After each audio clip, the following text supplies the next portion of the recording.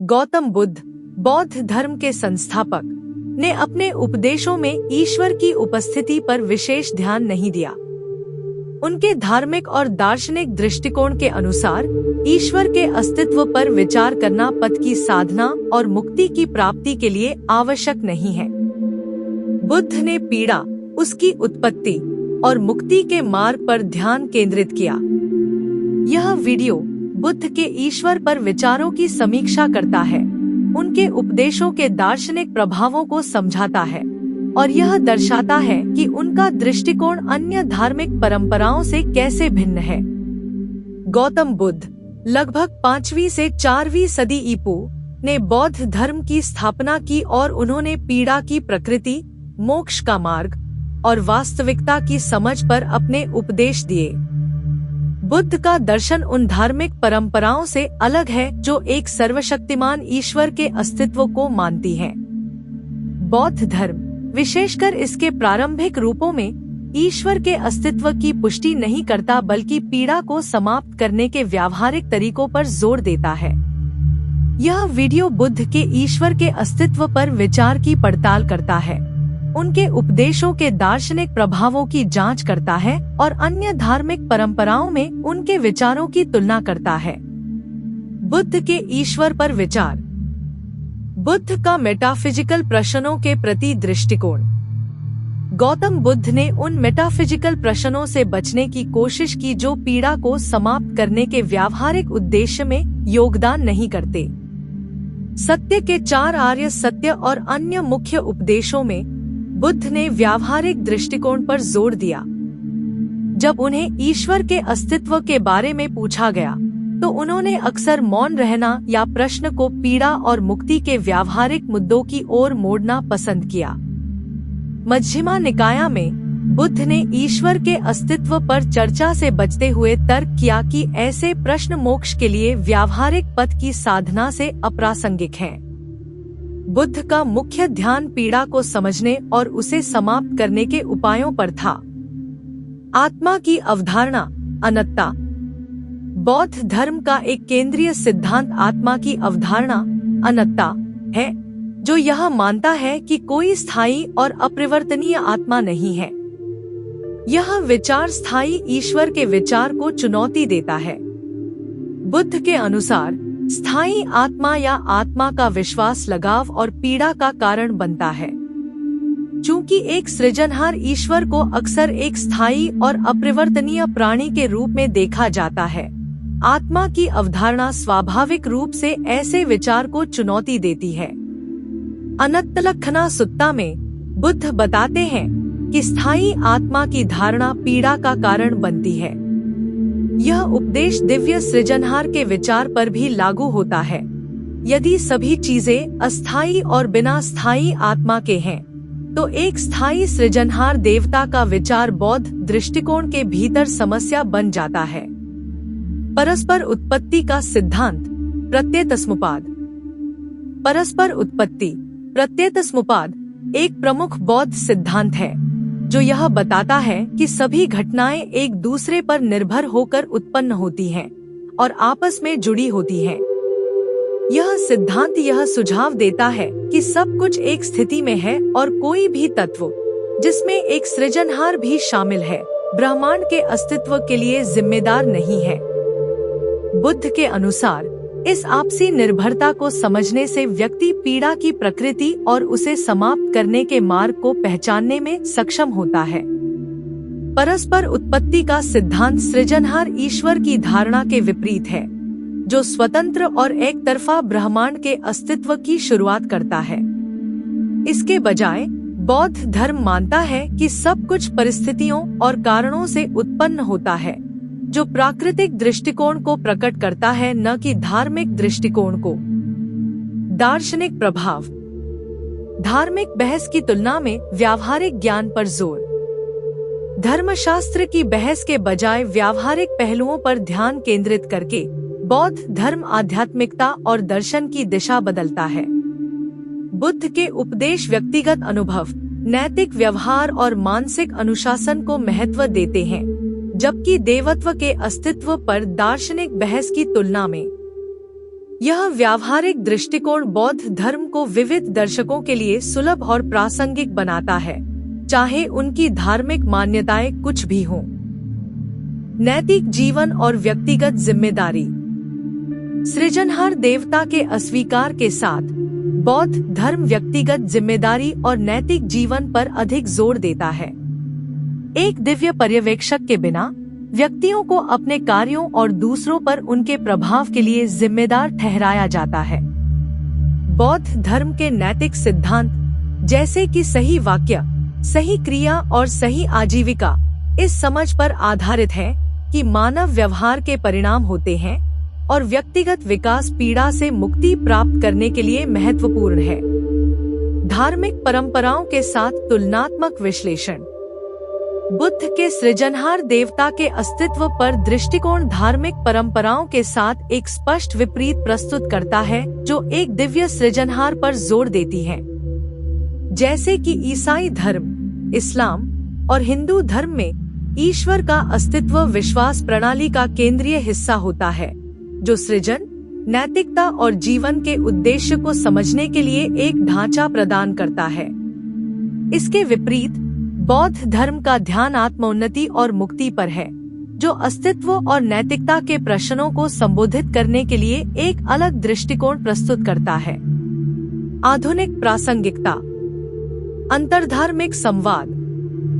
बुद्ध के सृजनहार देवता के अस्तित्व पर दृष्टिकोण अंतर्धार्मिक संवादों में एक मूल्यवान दृष्टिकोण प्रदान करता है।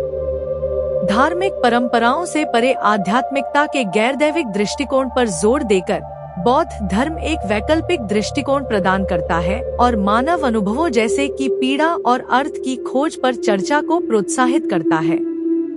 धर्मनिरपेक्ष और मानवतावादी दृष्टिकोण। बौद्ध धर्म का गैरदैविक दृष्टिकोण धर्मनिरपेक्ष और मानवतावादी दृष्टिकोणों के साथ मेल खाता है, जो दिव्य प्राधिकरण के बजाय मानव तर्क और नैतिकता को प्राथमिकता देते हैं। व्यक्तिगत जिम्मेदारी और नैतिक जीवन पर ध्यान केंद्रित करना आधुनिक मूल्यों जैसे कि व्यक्तिगत स्वायत्तता और सामाजिक न्याय के साथ मेल खाता है। वैश्विक आध्यात्मिकता की समझ। वैश्विक संदर्भ में जहां विविध आध्यात्मिक और धार्मिक परंपराएं परस्पर जुड़ी होती हैं, बुद्ध के उपदेश ऐसे आध्यात्मिकता के रूपों की समझ में अंतर्दृष्टि प्रदान करते हैं, जो पारंपरिक धार्मिक दृष्टिकोण से परे हैं। बौद्ध धर्म का ध्यान आंतरिक विकास, माइंडफुलनेस और दया पर, मानव पीड़ा और भलाई को संबोधित करने के लिए एक सार्वभौमिक दृष्टिकोण प्रदान करता है। निष्कर्ष। गौतम बुद्ध के ईश्वर पर विचार आध्यात्मिकता और दर्शन के प्रति एक विशिष्ट दृष्टिकोण को दर्शाते हैं। व्यावहारिक ज्ञान, नैतिक जीवन और पीड़ा की प्रकृति पर ध्यान केंद्रित करके बौद्ध धर्म धार्मिक दृष्टिकोणों को चुनौती देता है और अस्तित्व की प्रकृति के बारे में एक अनूठी समझ प्रस्तुत करता है। बुद्ध का व्यक्तिगत जिम्मेदारी, नैतिक व्यवहार और सभी घटनाओं की आपसी निर्भरता पर जोर एक ऐसा ढांचा प्रदान करता है जो दोनों व्यावहारिक और परिवर्तनकारी है। आधुनिक धार्मिक, आध्यात्मिक और नैतिक चर्चाओं में बौद्ध धर्म का गैरदैविक दृष्टिकोण प्रासंगिक और अंतर्दृष्टिपूर्ण बना रहता है, अस्तित्व की प्रकृति और मुक्ति के मार्ग के बारे में एक मूल्यवान दृष्टिकोण प्रदान करता है। चलिए अभी इसको एक सरल बुद्ध के कहानी से समझते हैं। बहुत समय पहले जब गौतम बुद्ध अपने ज्ञान के प्रकाश से सारे विश्व को आलोकित कर रहे थे, दूर दूर से लोग उनकी उपदेश सुनने और मार्गदर्शन प्राप्त करने के लिए उनके पास आते थे।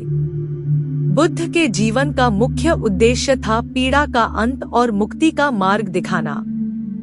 उनके विचारों में ईश्वर या किसी सर्वशक्तिमान सृजनहार की बात नहीं थी। उनकी शिक्षाएं आत्मानुशासन, व्यक्तिगत जिम्मेदारी और आंतरिक शांति पर केंद्रित थी।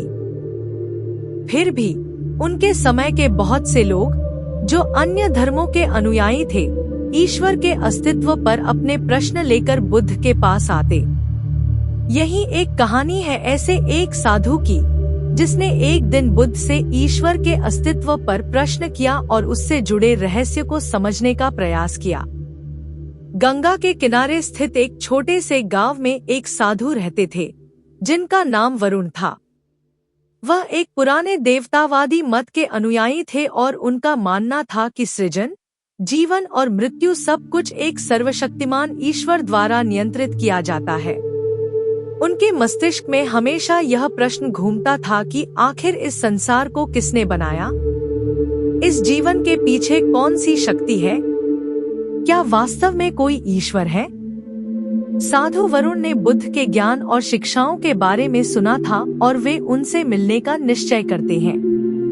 उन्हें विश्वास था कि बुद्ध, जिनके पास सारे प्रश्नों के उत्तर थे, उनके ईश्वर के अस्तित्व से जुड़े प्रश्न का भी उत्तर देंगे।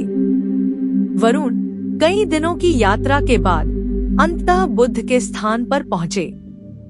बुद्ध अपने शिष्यों के साथ एक पेड़ के नीचे ध्यानमग्न थे। जब बुद्ध ने वरुण को आते देखा तो उन्होंने धीरे से अपनी आंखें खोली और मुस्कुराए। वरुण ने बुद्ध के पास आकर विनम्रता से झुकते हुए कहा, महात्मा बुद्ध, मैंने सुना है कि आप संसार के महानतम ज्ञानी हैं। मैं वर्षों से एक प्रश्न के उत्तर की खोज में हूँ, जो मेरी आत्मा को विचलित कर रहा है। क्या आप मेरे प्रश्न का उत्तर देंगे? बुद्ध ने शांत स्वर में कहा, क्या है तुम्हारा प्रश्न? वरुण ने कहा, मैं जानना चाहता हूँ कि क्या इस संसार के पीछे कोई सृजनहार है? क्या ईश्वर है जो इस संसार को चलाता है, जो जीवन मृत्यु का चक्र नियंत्रित करता है? बुद्ध ने कुछ देर तक वरुण की आंखों में देखा। फिर उन्होंने कहा, तुम्हारा प्रश्न बड़ा है, लेकिन उससे भी अधिक महत्वपूर्ण यह है कि क्या तुमने स्वयं कभी इसे गहराई से समझने की कोशिश की है? वरुण थोड़ा चौंके, महात्मा, मैंने हर धर्म ग्रंथ का अध्ययन किया है, हर यज्ञ किया है, फिर भी मुझे इसका उत्तर नहीं मिला। मैं जानना चाहता हूँ कि ईश्वर है या नहीं। बुद्ध ने एक क्षण मौन धारण किया और फिर बोले, कल्पना करो, एक व्यक्ति तीर से घायल हो गया हो और उसकी जान पर खतरा हो। उसे तुरंत चिकित्सा की आवश्यकता है। लेकिन यदि वह यह सोचने लगे कि यह तीर किसने चलाया, किस दिशा से आया, तीर किस लकड़ी से बना है, तीर में कौन सा विष लगा है, क्या यह सोचने से उसकी जान बचेगी? वरुण ने धीरे से कहा, नहीं बुद्धदेव, उसे तुरंत चिकित्सा चाहिए, न कि तीर के बारे में अनगिनत सवाल। बुद्ध ने मुस्कुराते हुए कहा, तुम्हारा प्रश्न ईश्वर के अस्तित्व पर भी ऐसा ही है। तुमने जीवन को समझने की बजाय, उसे जीने और पीड़ा से मुक्त होने के बजाय, उसके पीछे किसी सृजनहार की खोज में समय बर्बाद किया है। बुद्ध ने अपनी बात को विस्तार से समझाते हुए कहा, यह जीवन अनिश्चितता से भरा है। यह संसार क्षण भंगुर है, यहाँ हर चीज अस्थायी है। हम में से हर कोई इस संसार में पीड़ा अनुभव करता है, जन्म से लेकर मृत्यु तक। इस पीड़ा का स्रोत बाहर नहीं, बल्कि हमारे भीतर है। यह हमारी इच्छाएं हैं, हमारे लगाव हैं जो हमें दुखी बनाते हैं। वरुण की आंखों में जिज्ञासा थी। तो महात्मा, ईश्वर का क्या स्थान है? यदि ईश्वर नहीं है तो यह संसार कैसे चलता है? बुद्ध ने कहा, इस संसार का संचालन न किसी सृजनहार ने किया है और न ही यह किसी की इच्छा से चलता है। सब कुछ परस्पर निर्भरता पर आधारित है। संसार का हर कण, हर जीव एक दूसरे से जुड़े हुए हैं। हर क्रिया की प्रतिक्रिया होती है। यह प्रत्येक समुत्पाद है, कारण और प्रभाव का सिद्धांत। यदि तुम इस नियम को समझते हो तो तुम जानोगे कि संसार को चलाने के लिए किसी ईश्वर की आवश्यकता नहीं है। यह स्वाभाविक नियमों पर आधारित है। वरुण ने फिर पूछा, तो महात्मा, क्या ईश्वर के बारे में सोचना व्यर्थ है? बुद्ध ने गंभीरता से कहा, यह महत्वपूर्ण है कि तुम अपने जीवन में क्या खोज रहे हो। यदि तुम केवल ईश्वर के अस्तित्व के बारे में सोचते हो तो तुम अपने जीवन की मूल समस्याओं, जैसे कि पीड़ा, असंतोष और दुख, से मुंह मोड़ रहे हो। ईश्वर के अस्तित्व की चिंता किए बिना भी तुम अपने भीतर की पीड़ा का अंत कर सकते हो। मुक्ति का मार्ग आत्मजागरूकता और सही कर्मों में है, न कि ईश्वर की पूजा में। बुद्ध ने एक बार फिर वरुण की ओर देखते हुए कहा, यदि ईश्वर है भी, तो क्या उससे तुम्हारी पीड़ा का अंत हो जाएगा? और यदि ईश्वर नहीं है, तो क्या तुम अपनी पीड़ा से बच सकते हो?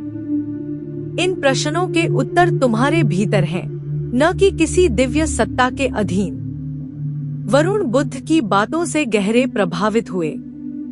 उन्होंने महसूस किया कि वर्षों से वे जिस सत्य की खोज में थे, वह उनकी दृष्टि से ओझल था, क्योंकि वे अपने जीवन की वास्तविक समस्याओं को नहीं देख पा रहे थे। उन्होंने अपने ईश्वर के अस्तित्व के प्रश्न को छोड़कर बुद्ध के उपदेशों का पालन करने का निर्णय किया। वरुण ने बुद्ध के चरणों में झुकते हुए कहा, महात्मा, मैंने आज समझा कि असली खोज भीतर की है, बाहर की नहीं। मैं आपकी शिक्षाओं का पालन करूंगा और अपने भीतर की पीड़ा का अंत करने का प्रयास करूंगा। बुद्ध ने वरुण को आशीर्वाद दिया और कहा, तुम्हारा मार्ग अब स्पष्ट है। सही दृष्टि, सही संकल्प और सही प्रयास से तुम उस सत्य तक पहुंच सकते हो जिसे तुम इतने वर्षों से खोज रहे थे। यह कहानी उस गहन सत्य की ओर इशारा करती है जो गौतम बुद्ध ने अपने उपदेशों में बताया था, कि पीड़ा का अंत केवल आत्मजागरूकता, सही प्रयास और सही जीवन से हो सकता है। ईश्वर के अस्तित्व पर प्रश्न करना बौद्ध दृष्टिकोण में अनावश्यक हो सकता है, क्योंकि सच्ची मुक्ति की राह भीतर की यात्रा में छिपी होती है, न कि बाहरी शक्तियों की खोज में।